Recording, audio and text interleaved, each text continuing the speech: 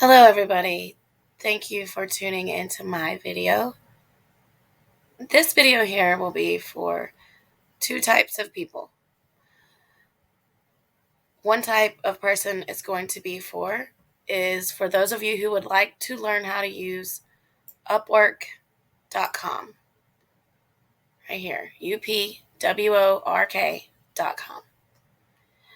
The other type of person that this video will work for are those of you who are looking for a real, legit,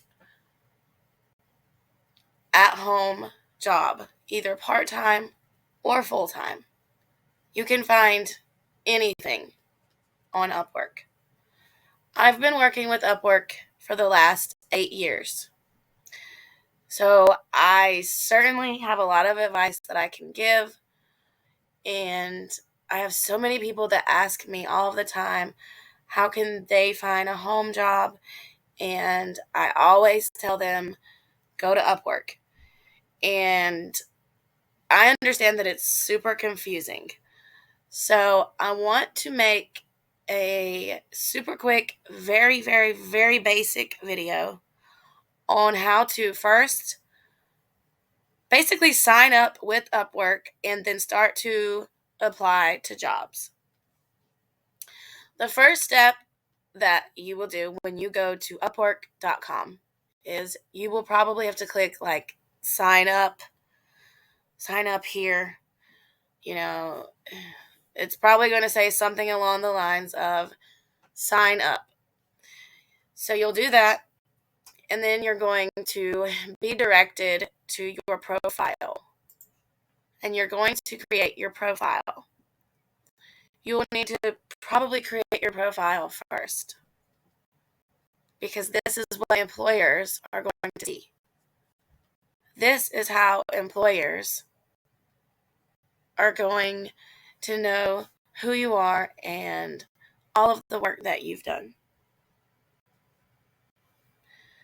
And it's going to take a minute sometimes for my screen to load up, because when I screen record, it can go very slow.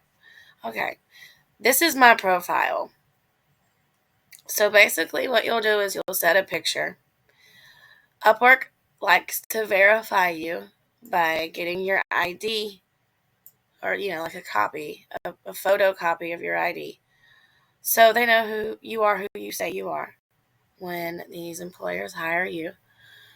And I think they also might do a very, very quick video call. I mean, it's super quick. Like I said, I started about 8 years ago, so I don't exactly remember how they did it, but I think that's how they did it. It was like the fastest video I've ever had in my life. They literally saw that it was me, and I matched my photo, and they said, okay, thank you. So it's simple, it's quick, and it's worth it if you want a remote job. And remote is a fancy way of saying an at-home job. So you'll build your profile right here, admin assistant and customer service rep with creative writing. That's your title. So something catchy, something that's like your main expertise. You'll put your rate per hour. This is like your about me section. So you'll kind of write your work history, I guess. I mean, all of this, I was never taught how to do any of it. I just did it. So I can't say that I'm doing everything 100% correct, but I've obviously done something right. Okay, so yeah, you'll write all that. And down here, you'll say how many hours that you're open to, your language. Then you can see here my ID has been verified. Okay, education, and then certifications. So it's just a resume, a profile. You'll make that. It's honestly, it's not that difficult. Once you make your profile, it is time for you to start applying to jobs. So what you will do is you will go to find work. Now, I want to say that before, when you are a newcomer on Upwork, before you are able to find a part-time job, or a full-time job, or a long-term job, or maybe even a short-term job, sometimes you are going to have to take little side projects, little one-off crazy jobs or projects that you may have never thought of before. And this way you will build your reputation on Upwork. You want employers to see that you've been hired by somebody before and you did a good job, because they can leave you a review and it will be on your profile. You may have seen it when I was going through my profile a minute ago. But you'll have ratings on your profile, and employers are more apt to hire people from Upwork that have at least a little bit of a reputation. So don't look past the one-time projects when you're a newcomer. Don't look past the one-off weird little side jobs. For example, I used to write Christmas and Thanksgiving fun quizzes online. That was one of my first jobs ever on Upwork. Another time, I wrote an About Me section on a company's website. I've wrote articles for companies, or websites. And these are like short-term projects, one-time projects. I've done food tasting, not necessarily food, but they're gummies. So I've done that. Product research. So don't look past those types of jobs, because that helps your reputation, that helps your reviews, that helps the like just the all-around look of who you are as a worker, as a freelancer, because that's what you are. You are a 1099 contractor when you work with Upwork. You don't get taxes taken out. So just remember that when you're a newcomer, especially, but really at any time, because I still do it. But don't look past the little one-off side jobs. All right, so after you've built your profile and you've been verified, you will go to find work and click on that. Now, in this search area, this is where you will type in what you are looking for. So for me, I type in customer service, creative writing, data entry. For you, it might be technical support. There's all kinds of things. Anything you could think of remotely at home. So you'll type that in and hit enter, of course, search, and let it load up. Right here, where it says US only, make sure that's toggled on, because you will want to only find the jobs, because if another country is hiring for someone in the United States, you will find them when you turn on US only. So don't worry about that. Okay. So you've typed in your position that you're looking for, and then you have it on US only. Voila. Okay, here we go. These are the customer service jobs, right, that are pulling up, that are the most recent. Posted 31 minutes ago, 37 minutes ago. And, there's a lot. This one tells you that I've applied to this job. See? Applied.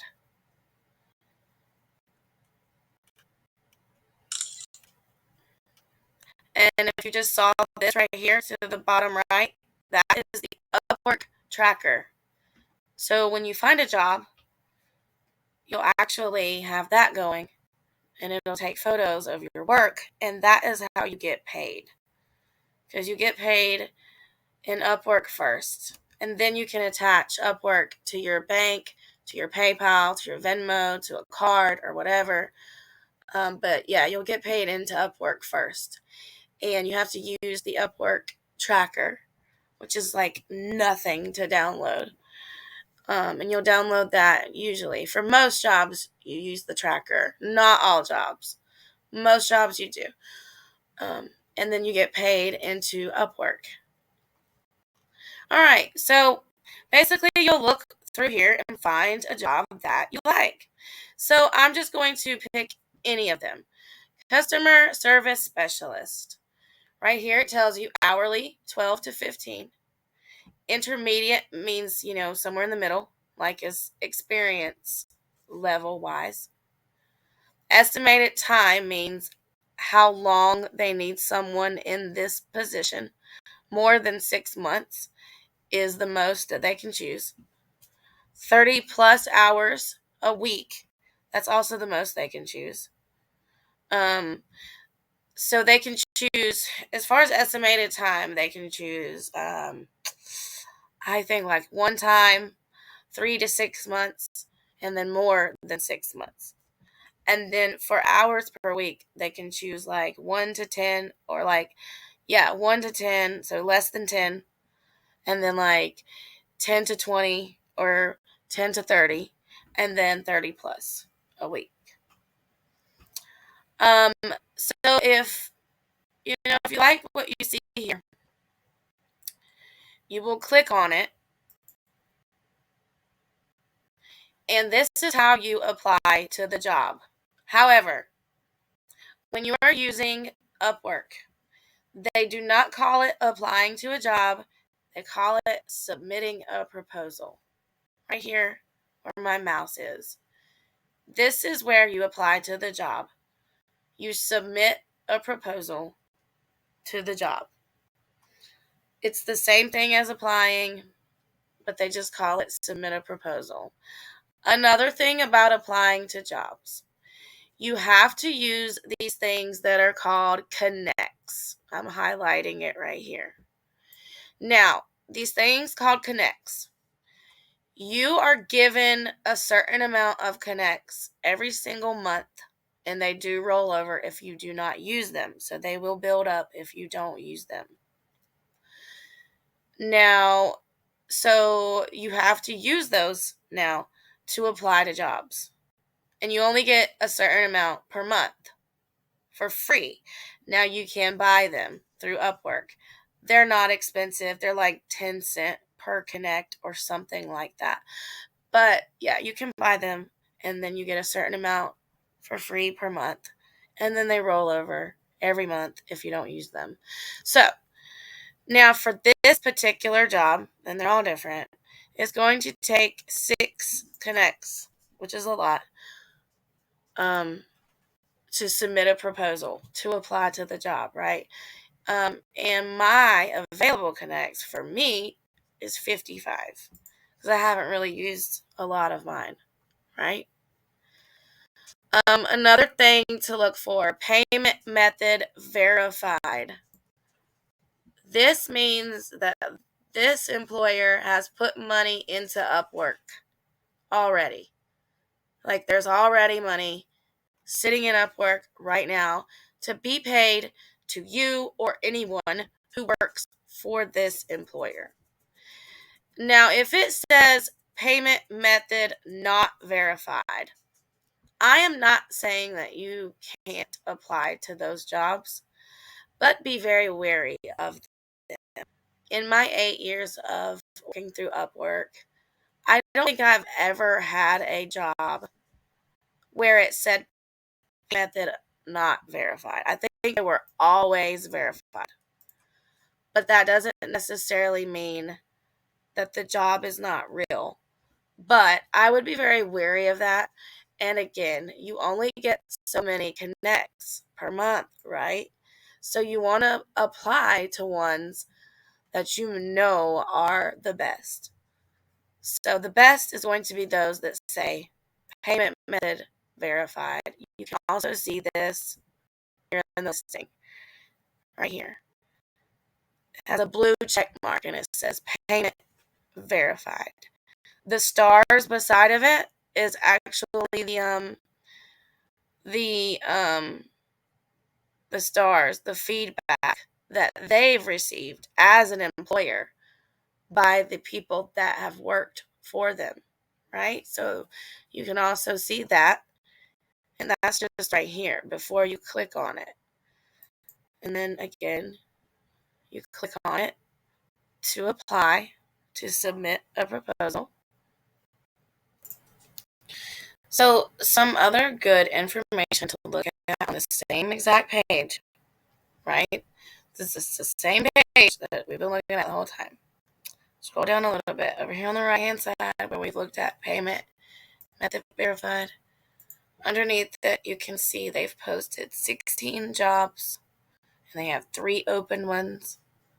They've spent $5,000 plus on Upwork, but their hourly pay is $6.49 average. That doesn't mean that everybody gets paid that. That doesn't mean that this position gets paid that. That just means that the average hourly rate averages out to $6.49. That's just something to look at. Also, when you're applying, sometimes a client will have like a budget. They will say like how much they're offering. When you submit your proposal, make sure you stay within the range that they are offering to be respectful. If you feel like they don't offer enough, then just don't apply. Okay, scroll down. I want to see if, wow, they have a lot of information. Right, okay, here we go. See, they're offering 12 to 15 per hour. And then, yeah, again, it just says the same thing. More than 30 hours a week, more than 6 months, so it's long term. You will be asked these questions during the proposal. Expertise. Okay, here we go. The recent history is something else to look at. These are people that have worked with the company before. So you can see the amount they got paid per hour over here to the right. And then you can see the rating that they were given and the rating that they gave the employer. Okay, so this is to the freelancer. Then this would be to the employer here. The bigger stars, the bigger set of stars. Okay, so that's always something you can look at. But also jobs in progress, because that means the people that are hired right now. So the people that are working with them currently. Okay, so you can also see, like, say they're hiring for this same position, right? You can see, okay, well, they're getting paid 10 per hour. Well, I know I have experience, so I should get paid at least 10 per hour. So when you submit your proposal, you can always check that out. But that's just something that you can look at if you would like. Again, it's all on the same page. So let's say that you like the job and you're ready to apply to the job. You're ready to submit your proposal. So you click on submit a proposal.